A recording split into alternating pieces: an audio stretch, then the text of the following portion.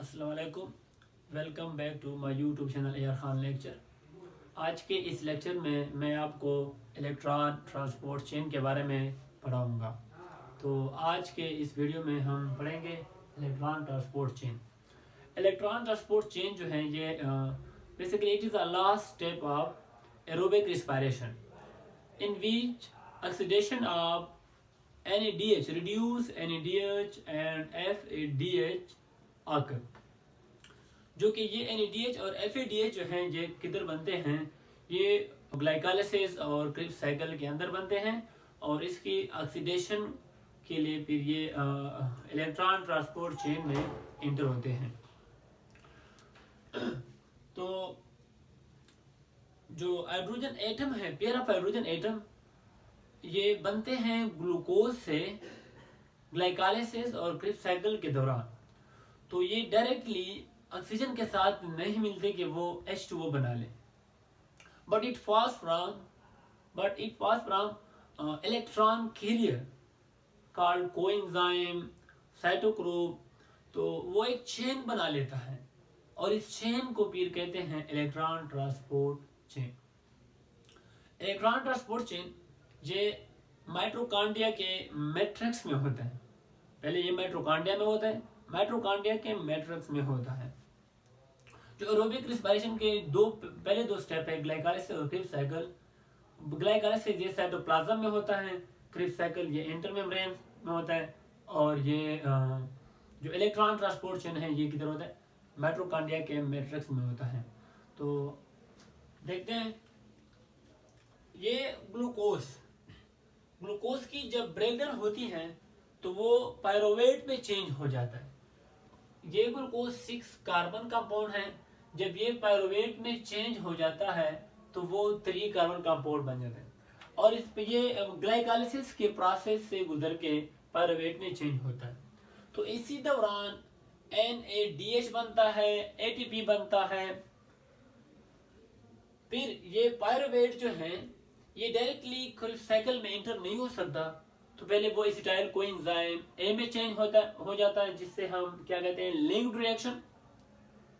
फिर यही acetyl coenzyme A ये सिट्रिक एसिड में एंटर होता है और ये ऑक्सीडाइज होके हमें NADH देता है और FADH और ATP देता है। तो ग्लाइकोलाइसिस का जो NADH है और क्रिप्स साइकिल का NADH एंड FADH, इसको ऑक्सीडाइज होने के लिए वो माइटोकॉन्ड्रिया के मैट्रिक्स में जाता है जहां पे उसकी ऑक्सीडेशन होती है। ये माइटोकॉन्ड्रिया है, दिस इज अ माइटोकॉन्ड्रिया। ये माइटोकॉन्ड्रिया की क्या है, इंटरस्पेस है और ये मैट्रिक्स है। तो इलेक्ट्रॉन ट्रांसपोर्ट चेन ये मैट्रिक्स में होता है। मैट्रिक्स जो है ये डबल मेम्ब्रेन है। इसको मैंने ये जगह आप देख सकते हैं, इसको मैंने बड़ा करके पेश किया यहाँ पे। तो इलेक्ट्रॉन ट्रांसपोर्ट चेन, इसमें 4 कॉम्प्लेक्सेस होते हैं, complex 1, complex 2, complex 3, complex 4। Complex 1, complex 3 and complex 4 जो है ये NADPH के लिए इस्तेमाल होते हैं, इलेक्ट्रॉन कैरियर के लिए। ये NADPH जो ये क्या है, nicotine amide adenine dinucleotide phosphate. और कॉम्प्लेक्स 2, कॉम्प्लेक्स 3 एंड कॉम्प्लेक्स 4 ये किसके लिए यूज होते हैं, FADH के लिए यूज होते हैं। ये NADH जो ग्लाइकोलाइसिस और क्रिप्स साइकिल में बना है, ये माइटोकॉन्ड्रिया के मैट्रिक्स में आके ये ऑक्सीडाइज हो जाता है। कॉम्प्लेक्स 1 में ऑक्सीडाइज होके NADH रिडक्टेज एंजाइम के जरिए से ऑक्सीडाइज होके वो क्या, इससे 2 इलेक्ट्रॉन रिलीज हो जाता है और H+ भी रिलीज हो जाता है। ये 2 इलेक्ट्रॉन ये कॉम्प्लेक्स 1 में FMN ये एक्सेप्ट कर लेता है, तो ये NADH जो है ये फिर ऑक्सीडाइज हो जाता है। ये रिड्यूस फॉर्म, ये क्या है, ऑक्सीडाइज फॉर्म। 2 इलेक्ट्रॉन ये FMN ने रिसीव किए, फिर FMN ने आयरन कॉम्प्लेक्स को दिए, आयरन क्लस्टर को दिए, आयरन क्लस्टर में ये 2 इलेक्ट्रॉन फिर रिलीज होके कोएंजाइम क्यू को दिए, कोएंजाइम क्यू। तो इसी दौरान जो यहाँ पे इलेक्ट्रॉन रिलीज हुआ है, तो इस दौरान थोड़ा सा एनर्जी जो है वो भी रिलीज हो जाता है, और वो एनर्जी यहाँ से 4 प्रोटॉन या 4 हाइड्रोजन आयन को इस कॉम्प्लेक्स 1 के जरिए से पास करके इंटरस्पेस में छोड़ देते हैं। ये क्या मैट्रिक्स है, ये मैट्रिक्स मेम्ब्रेन है और ये इंटरस्पेस है। तो मैट्रिक्स से 4 प्रोटॉन को कॉम्प्लेक्स 1 के जरिए से पास होकर इंटरस्पेस में चला जाता है। जो 2 इलेक्ट्रॉन एफएस आयरन क्लस्टर में जो रिलीज किए हैं, वो कोएंजाइम क्यू जो है वो क्या एक्सेप्ट कर लेते हैं। तो इसी दौरान भी थोड़ा कुछ एनर्जी रिलीज हुआ है, वो इस 2 प्रोटॉन को यहाँ से लेकर कोएंजाइम क्यू के साथ अटैच कर लेता है। तो जैसे ये 2 इलेक्ट्रॉन कोएंजाइम क्यू से रिलीज होते हैं और वो किधर जाते हैं, कॉम्प्लेक्स 3 में जाते हैं, तो यहां से भी एनर्जी रिलीज हो जाता है, और वो जो यहाँ पे हाइड्रोजन अटैच है वो बाहर इंटर मेम्ब्रेन स्पेस में छोड़ देते हैं। ये 2 इलेक्ट्रॉन कोएंजाइम क्यू से रिलीज हुए हैं, कॉम्प्लेक्स 3 ने एक्सेप्ट कर लिए।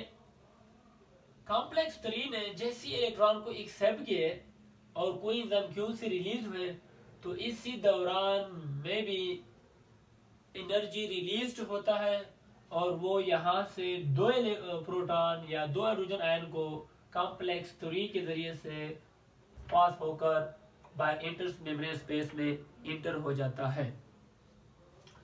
अच्छा, कॉम्प्लेक्स 3 ने इलेक्ट्रॉन एक्सेप्ट कर लिए, ये 2 इलेक्ट्रॉन फिर आयरन क्लस्टर दोबारा एक्सेप्ट कर लेता है, फिर आयरन क्लस्टर के जरिए से पास होकर साइटोक्रोम सी में आ जाता है। साइटोक्रोम सी में इलेक्ट्रॉन आ जाता है। साइटोक्रोम सी में ये यहाँ पे जो इलेक्ट्रॉन ये साइटोक्रोम रिलीज करेगा, वो डायरेक्ट इसके पास नहीं जाएगा, कॉम्प्लेक्स 4 के पास नहीं जाएगा, बल्कि कैसा होगा कि ये जो साइटोक्रोम सी ने जो 2 इलेक्ट्रॉन रिसीव किए हैं, तो ये साइटोक्रोम सी यहाँ से मूव करेगा, छलांग लगाएगा और कॉम्प्लेक्स 4 के ऊपर आ जाएगा। At a time cytochrome C ये 1 इलेक्ट्रॉन को रिसीव करता है, 2 इलेक्ट्रॉन को रिसीव नहीं करता। तो वो 1 इलेक्ट्रॉन को लेके कॉम्प्लेक्स 4 में आ जाता है, और वहां कॉम्प्लेक्स 4 में इलेक्ट्रॉन रिलीज करके कॉपर आयन जो है, कॉपर आयन ये एक्सेप्ट करते हैं, ये रिसीव कर लेते हैं। फिर ये साइटोक्रोम यहाँ पे आ जाता है। साइटोक्रोम यहाँ पे जब वो इलेक्ट्रॉन को रिलीज करेगा, तो दोबारा साइटोक्रोम सी इधर आ जाएगा, और वो दूसरे इलेक्ट्रॉन को एक्सेप्ट करेगा, फिर वो यहाँ पे आ जाएगा, यहाँ से इलेक्ट्रॉन वो रिलीज करवाएगा।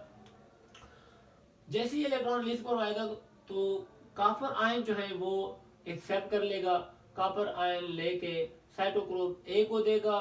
साइटोक्रोम ए जो है वो इस कॉम्प्लेक्स से इलेक्ट्रॉन निकाल के यहाँ पे हाइड्रोजन, यहाँ पे ऑक्सीजन जो है एटम मौजूद होते हैं, तो ये इलेक्ट्रॉन हाइड्रोजन आयन को ऑक्सीजन के साथ कंबाइन होकर H2O बना लेगा।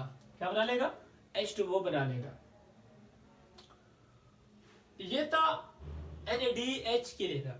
FADH के लिए भी यही प्रोसेस है, सिर्फ यहाँ पे वो जो फर्स्ट इलेक्ट्रॉन वो रिसीव करेगा, वो कॉम्प्लेक्स 2 फर्स्ट इलेक्ट्रॉन को रिसीव करेगा, यहाँ से एनर्जी रिलीज होगा, तो 2 प्रोटॉन जो है वो इस कॉम्प्लेक्स के 2 के जरिए से बाहर जाएंगे। फिर इस कॉम्प्लेक्स 2 में जो इलेक्ट्रॉन रिसीव किए हैं FADH से, वो इलेक्ट्रॉन रिलीज करेगा, कोएंजाइम क्यू दोबारा इलेक्ट्रॉन लेगा कॉम्प्लेक्स 2 से, और यहाँ से 2 इलेक्ट्रॉन प्रोटॉन जो है, प्रोटॉन या हाइड्रोजन आयन, वो उसके साथ कोएंजाइम क्यू के साथ अटैच होगा। जैसी कोएंजाइम क्यू इलेक्ट्रॉन को रिलीज करवाएगा, तो 2 हाइड्रोजन भी रिलीज होके बाहर इंटर मेम्ब्रेन स्पेस में चले जाएंगे। और यहाँ 2 इलेक्ट्रॉन वो कॉम्प्लेक्स 3 एक्सेप्ट करेगा। फिर यही प्रोसेस मतलब रिवाइज होगा जो NADH के लिए रिवाइज हुआ है। अच्छा, यहाँ पे मैट्रिक्स में और इंटरमेम्ब्रेन स्पेस में electron potential gradient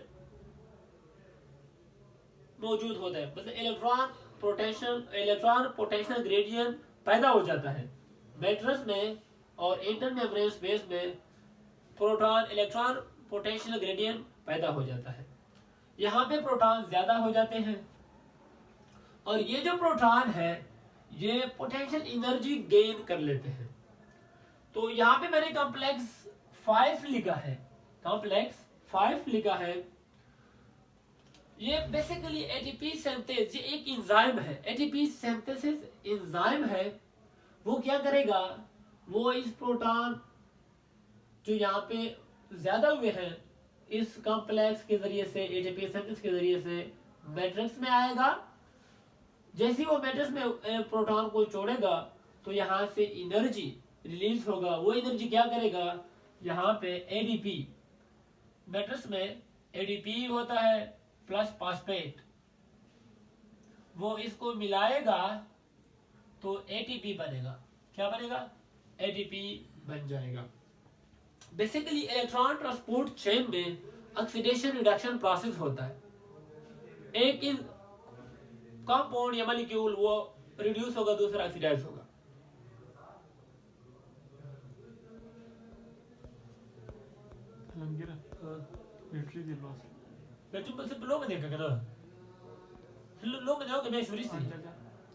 electron transport chain में बेसिकली क्या होता है, ऑक्सीडेशन रिडक्शन प्रोसेस होता है। एक कंपाउंड रिड्यूस, दूसरा ऑक्सीडाइज, दूसरा रिड्यूस, तीसरा जो है वो क्या हो जाएगा, ऑक्सीडाइज हो जाएगा।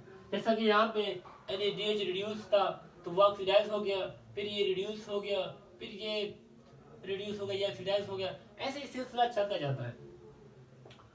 अच्छा, एक NADH जो है, एक NADH 10 प्रोटॉन को क्या करता है, मैट्रिक्स से बाहर इंटरमेम्ब्रेन स्पेस में मूव करता है।